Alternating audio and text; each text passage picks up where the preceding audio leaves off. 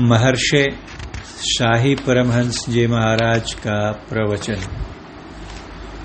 साहिब से परिचय नहीं, पहुंचेंगे के ही ठौर।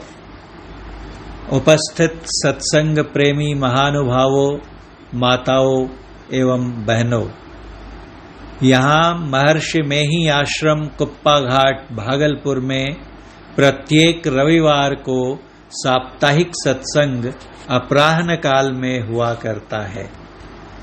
इसका एकमात्र उद्देश्य यही है कि इसके द्वारा जनसाधारण ईश्वर भक्ति की आवश्यकता और उपयोगिता के बारे में ठीक ठीक जाने।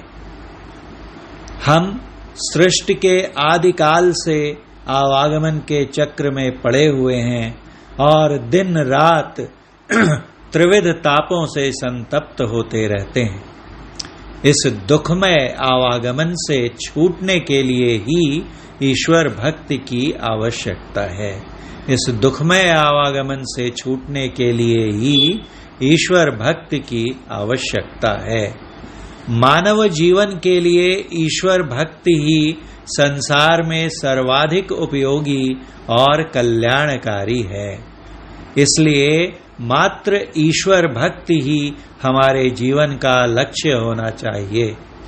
परमात्मा भक्ति के मार्ग पर अग्रसर होने की इच्छा रखने वाले साधकों के लिए सर्वप्रथम आवश्यक है ईश्वर की स्थिति में अटूट विश्वास रखना और उसके स्वरूप की यथार्थ जानकारी।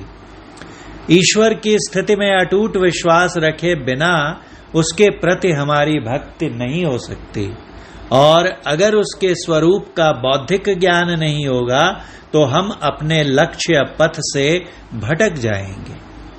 बिना स्वरूप निर्णय के भक्ति करने वाले के लिए संत कबीर साहब कहते हैं, चलन चलन सब कोई कहे, मोही अंदेशा और साहिब से परिचय नहीं, पहुंचेंगे के ही ठौर।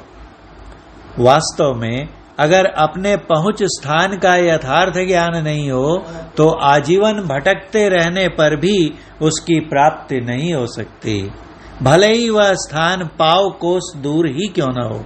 पाव कोस मतलब 1/4 कोस का चौथा भाग।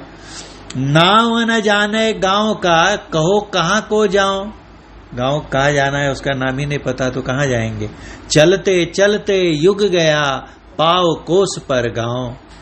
चलते चलते युग चला गया, गांव जो था वो पाव कोस पर ही है और चले जा रहे हैं, पहुंचते ही नहीं है। ईश्वर के होने के बारे में बात यह है कि अति प्राचीन काल से आ रही जिस वंश परंपरा की हम लोग एक कड़ी हैं, उसका आदि मूल क्या है। संतमत वंश परंपरा की कड़ी हैं हम लोग और परमात्मा के वंश परंपरा की कड़ी हैं हम लोग। सबसे पहले का कोई एक अवश्य है जिससे वंश परंपरा चली और चलते चलते हम प्राणियों तक आई। संत महात्मा कहते हैं कि जो सबसे पहले का है वह एक ही है, अनेक नहीं। वही आदि कारण है और उसे ही धर्मशास्त्रों में परमात्मा कहकर जनाया गया है। संत कबीर साहब के विचार से जब सृष्टि नहीं बनी थी तब भी वही एक परम पुरुष जो मन बुद्धि और अन्य इंद्रियों की ग्रहण शक्ति से परे है उपस्थित था। कहे कबीर विचारी के तब कछु कीर्तम नाही, तब कोई कृत्रिम यानी कुछ बना हुआ नहीं था। परम पुरुष तह आप ही अगम अगोचर माही। लगभग इसी भाव को गुरु नानक साहब ने यों व्यक्त किया है, तद अपना आप ही उपाया, ना किछ ते किछ कर दिखलाया। उस परमात्मा को किसी ने पैदा नहीं किया, वह सर्वदा से है ही है। स्वयं अथवा खुद होने के कारण ही वैदिक मतावलंबी उसे स्वयं भू और इस्लाम धर्मी उसे खुदा कहते हैं। जो खुद हो, अपने आप खुदा कहते हैं, स्वयं भू। स्वयं मतलब अपने आप, भू मतलब जो हो गया, उसने नहीं कुछ से सब कुछ कर दिखलाया, अर्थात अनेक विश्व ब्रह्मांडों की रचना कर डाली। आधुनिक भौतिक विज्ञानवेत्ता पंच तत्वों से कुछ लिए बिना कुछ भी नहीं बना सकते, लेकिन वह परमात्मा ऐसा परम विज्ञानी है कि बिना कुछ से कुछ की सृष्टि, कुछ की क्या, सब कुछ की सृष्टि कर डालता है। परमात्मा ने सबकी रचना की, इसलिए वह सबसे पहले का और एक ही एक है। ईश्वर का स्वरूप जानिए, वह सर्वेश्वर, सर्वव्यापक और अनंत शक्ति संपन्न है। सब पर उसी का शासन है, सारी सृष्टियों का नियमन वही करता है। उसी के संकेत पर यह सारा प्रकृति मंडल एक महान यंत्र की नाई परिचालित हो रहा है। वह किसी इंद्रिय का विषय नहीं है। श्रीमद् भगवद गीता में भगवान श्री कृष्ण कहते हैं, अव्यक्तम व्यक्तिमापन्नम मन्यन्ते माम बुद्धयः परम भावमजानन्तो ममाव्यय मनुत्तमम। अर्थात मूढ़ लोग मेरे श्रेष्ठ उत्तमोत्तम और अव्यय रूप को न जानकर मुझ अव्यक्त को व्यक्त हुआ मानते हैं। वनवास काल में श्री रामचंद्र जी लक्ष्मण सीता सहित वाल्मीकि जी के आश्रम में पहुंचते हैं और उनसे नम्रता पूर्वक कहते हैं कि हमें कोई अच्छा सा स्थान बताइए जहां कुटी बनाकर हम लोग कुछ दिनों तक ठहर सकें। इस पर वाल्मीकि जी कहते हैं, राम स्वरूप तुम्हार बचन अगोचर बुद्धि पर अविगत अकथ अपार नेति नेति नित निगम कह। हे राम जी, आपका स्वरूप अनिर्वचनीय, अकथ, बुद्धि से परे, सर्वव्यापक, नहीं कहने योग्य और अपार है, जिसके लिए वेद इति नहीं अंत नहीं कहते हैं। आगे वाल्मीकि जी कहते हैं कि राम, आप मुझसे पूछते हैं कि मैं कहाँ रहूं, किंतु मैं पूछने में सकुचाता हूं कि जहां आप नहीं हैं वह स्थान बता दीजिए, तो मैं आपके रहने का स्थान बताऊं। पूछे हूँ मोही की रहूं कहाँ, मैं पूछत सब सकुचाऊं, जहाँ न होहु तह देहु कही, तुम्हें दिखाऊं ठाऊं। यहाँ वाल्मीकि जी अपने सामने खड़े दाशरथी राम में, अर्थात दशरथ पुत्र राम में व्यापक दाशरथी राम में, वो तो उनके सामने खड़े हैं, लेकिन वो किसको देख रहे हैं? उन दाशरथी राम में व्यापक राम रूप को देख रहे हैं, अर्थात सर्वव्यापक परमात्मा को देखकर ऐसा कह रहे हैं। उनका पंच तत्वों से निर्मित शरीर न तो सर्वव्यापक है और न नित्य ही। नर रूप तो राम की केवल माया है। वाल्मीकि जी उच्च कोटि के योगी थे। वे राम के तत्व रूप को वैसे ही देख रहे हैं जैसे कोई स्वर्णकार, सुनार, विक्रेता के स्वर्ण आभूषण के तत्व रूप सोने को ही देखता है कि वह खरा है या खोटा। विक्रेता यानी उसके पास कोई सोना बेचने आया तो सुनार क्या देखता है? उसमें सिर्फ सोने को देखता है, असली है नकली है, कितना सोना है, बाकी सब चीजें कितनी है। वह आभूषण की गढ़न को महत्व नहीं देता है, बहुत सुंदर डिजाइन है इसलिए उसको हमको ज्यादा पैसे नहीं देगा, क्योंकि वह तो नाशवान और परिवर्तनशील है। सोने को गला दिया, दूसरा डिजाइन बना दिया। उसके सामने सोना ही सत्य है, इसलिए वह विक्रेता को सोने का ही मूल्य चुकाता है, गढ़न का नहीं, दागी का नहीं, कुछ कर। धर्मशास्त्रों में ईश्वर को बहुत से नाम रूपों में जनाया गया है, लेकिन वह बहुत नहीं है। गोस्वामी तुलसीदास जी कहते हैं, चितब जो लोचन अंगुली लाए, प्रगट जुगल ससि तहि के भाए। जो आंख पर उंगली लगाकर देखता है उसको एक ही चंद्रमा के दो रूप मालूम पड़ते हैं। बच्चे में हम लोग करते थे ऐसे, आंख को ऐसे दबा के करो तो दो चांद दिखने लगते हैं, दो तारे दिखने लगते हैं।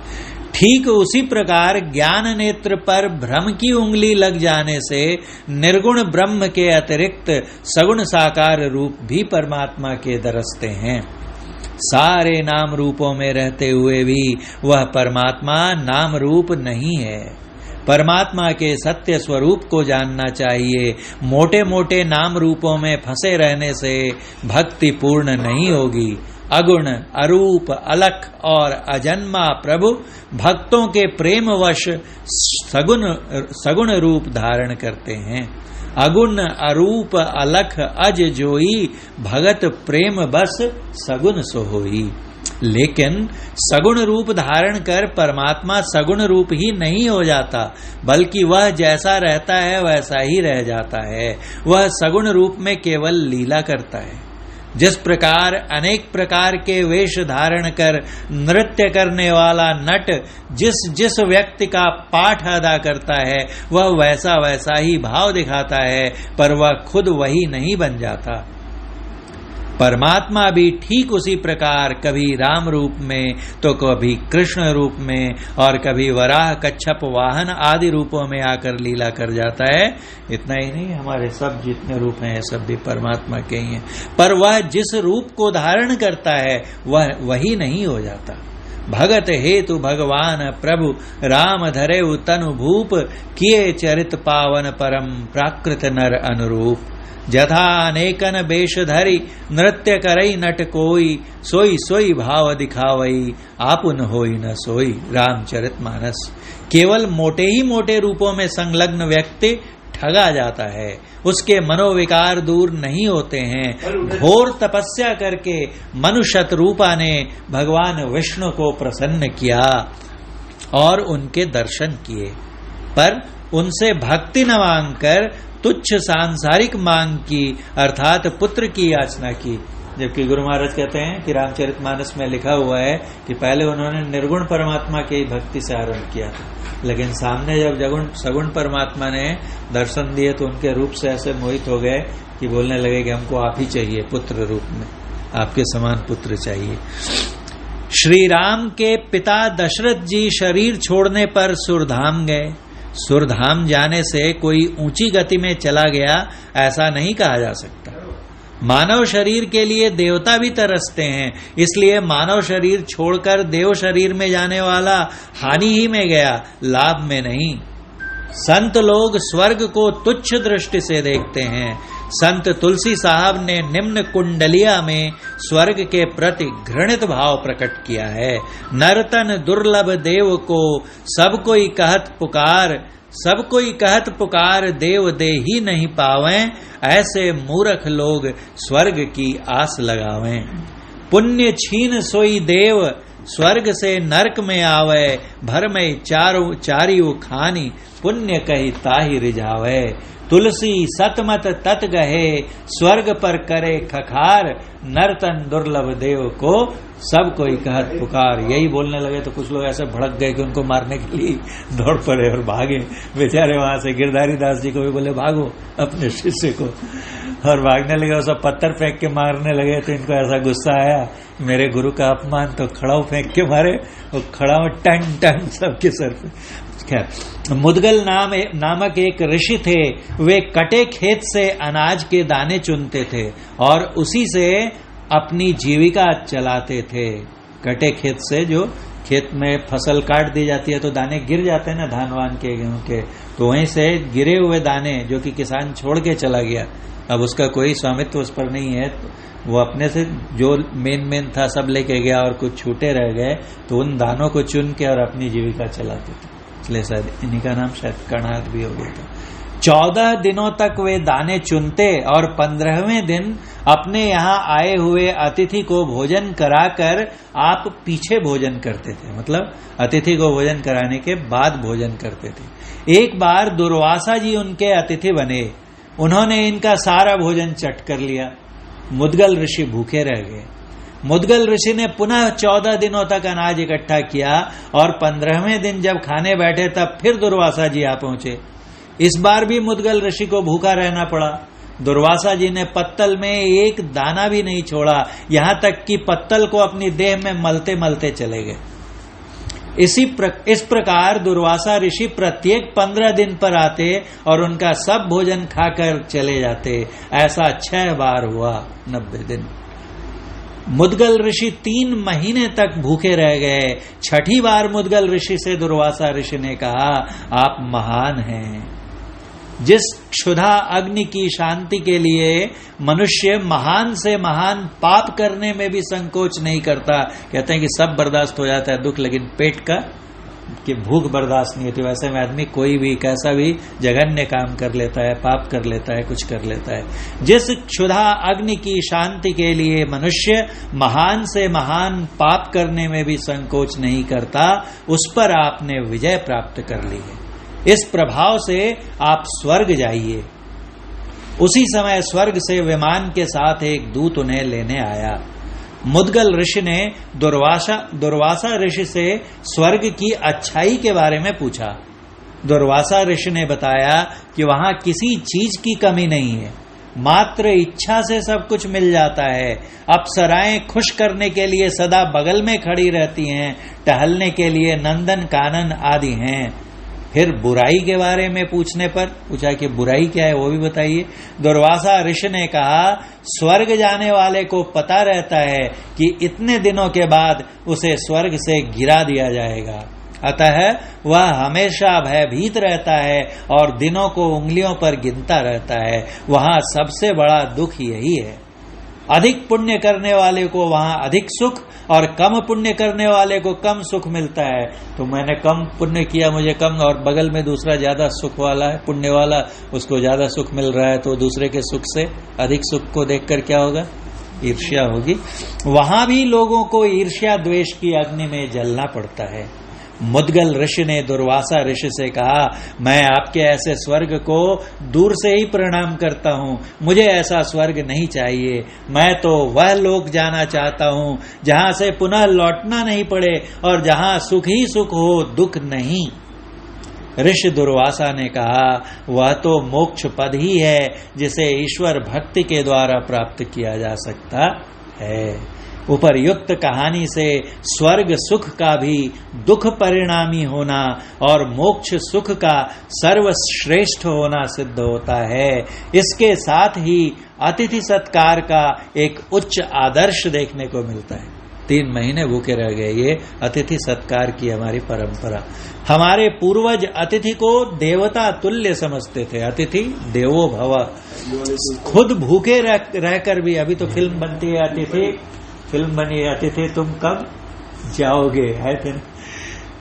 खुद भूखे रहकर भी अतिथि को अपने दरवाजे पर से भूखा लौटने नहीं देना अपना परम कर्तव्य समझते थे। पर अफसोस की बात है कि आज हमारे हृदय से अतिथि सत्कार की भावना इतनी दूर हो गई है कि एक मुट्ठी अनाज के लिए दरवाजे पर चिल्ला रहे अतिथि देवता का स्वागत हम गालियों और कटु वचनों से करते हैं। यह प्रवचन दिनांक 28 सितंबर 1975 ईस्वी को, अर्थात तब हमारे सदगुरु महाराज सशरीर विद्यमान थे, महर्षि मेही आश्रम कुप्पा घाट भागलपुर बिहार में साप्ताहिक सत्संग के अवसर पर हुआ था। बोलिए प्रेम से श्री सदगुरु महाराज की जय।